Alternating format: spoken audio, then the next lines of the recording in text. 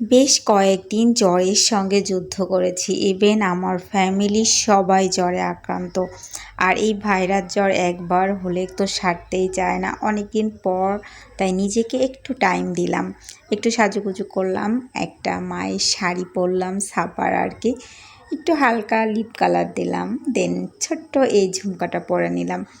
আর পরিপাটি থাকতে আমার বেশ ভালো লাগে, তাই ভাবলাম আজ বিকালে চায়ের কাপে নিজেকে সময় দেব। তাই চা খাওয়ার আগে একটু পরিপাটি হলাম। অবশ্য আপনারা অনেকেই হাসবেন, বাট আমি যখন নিজেকে টাইম দিই ঠিক এমনভাবেই টাইম দিই।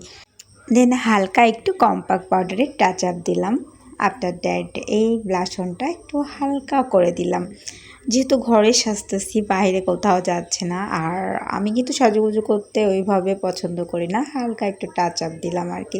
তারপর ফোনের সামনে ওই ঢং করলাম। তারপর দেখলাম হাতটা বেশ খালি খালি লাগতেছিল। আর ইদানিং আমার চুড়ি কিন্তু বেশ পছন্দ হচ্ছে, কেন জানি না। আগে এতটা কাজ করতো না, বাট এখন চুড়ির প্রতি আমার অনেক বেশি ঝোঁক। তাই ভাবলাম এই কালার শেডগুলা একসঙ্গে ম্যাচিং করে দেব, যেহেতু আমার এই শাড়ির ভেতরে অনেকগুলা কালার ছিল। দেন তারপর ফুল কমপ্লিট হয়ে গেলাম। এইটুকুই ছিল আমার আজকের ভিডিও। আর অনেক দিন পর শাড়ি পরে এই যে ঢং টং করতেছি, ভালোই লাগতেছিল। এটা ছিল আমার ফাইনাল লুক। তো কেমন হয়েছে অবশ্যই কমেন্টে জানাবেন।